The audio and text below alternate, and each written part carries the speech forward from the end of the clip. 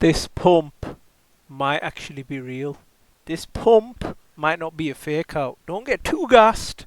However, this might be the beginning of something special, because if we look at Bitcoin price going up, and if we look at the dominance, if you're telling me this is going downwards, and that is the top of dominance, and even USDT dominance, and people are going to start buying crypto, God help us all, because this is a madness. The only thing I'm not liking is the liquidations, because we could get a correction, even if it is small.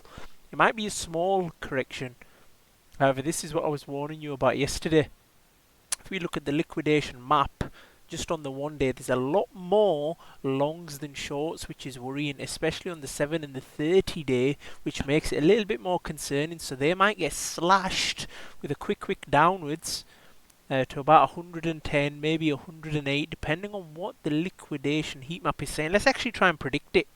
I don't often do this, but yeah, 109 does look like it wants to revisit that area.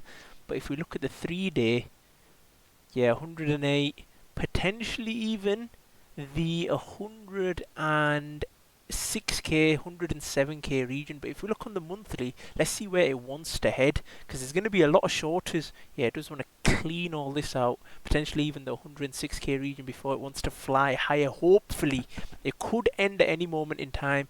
I want you to know that. But it is promising signs for alt season. Let's actually have a little look at the altcoin season index. The fear and greed, we're in greed, that's the only problem.